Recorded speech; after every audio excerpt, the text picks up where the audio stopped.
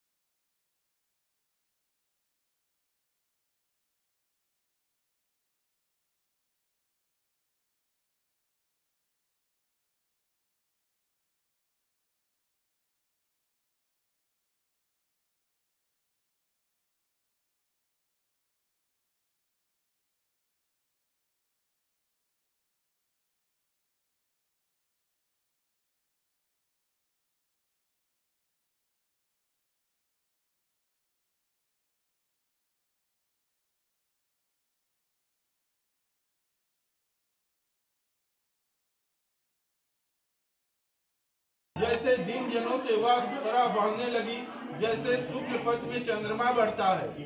कन्या का नाम कलावती रखा गया। तब वह लीलावती ने मीठे शब्दों से अपने पति से कहा कि आप जो संकल्प किया था कि मैं भगवान का व्रत करूंगा, आप उसे क्यों नहीं करें। साधु ने अपने पत्नी से कहा कि इस समय नहीं, मैं जब लड़की का विवाह करने लगूंगा उसी समय मैं सत्यनारायण देव का उत्तम व्रत करूंगा। ऐसे आश्वासन दे करके अपने पत्नी को वह दूसरे नगर में व्यापार करने के लिए चल दिया। वह कुछ दिन के बाद जब अपने नगर में आया तो अपने पुत्री को सखियों के साथ खेलते हुए देखा तो वह तुरंत दूतों को बुला करके कहा कि मेरे पुत्री के वास्ते कोई योग वर देख कर लाओ। दूतों ने उनकी आज्ञा पा करके कंचनपुर नगर में पहुंचे। वहां एक सुंदर गुणवान लड़के को देख करके वह आकर के बंधनों के साथ प्रवित हुए और अपने लड़की का विवाह उनके साथ कर दिया। दुर्भाग्यवंशी जब वह विवाह के समय सत्यनारायण भगवान का व्रत करना भूल गया तब वह सत्यनारायण भगवान क्रोधित हो गए और उसको श्राप दिए कि जाओ, तुम्हारे काल में कुशलता आता ही रह जाएगा।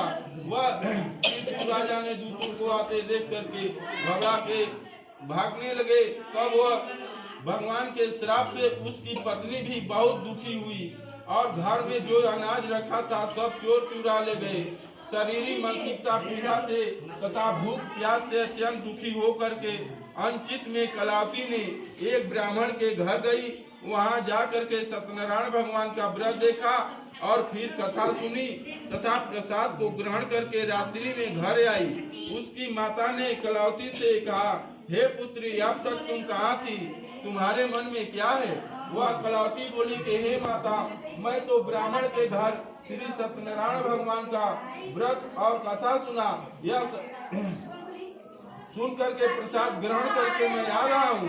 वह जब सत्यनारायण भगवान का प्रसाद को नाम सुनी तो उसने सोच गई कि मेरी कुल धन को नष्ट करने वाले सत्यनारायण भगवान ही हैं।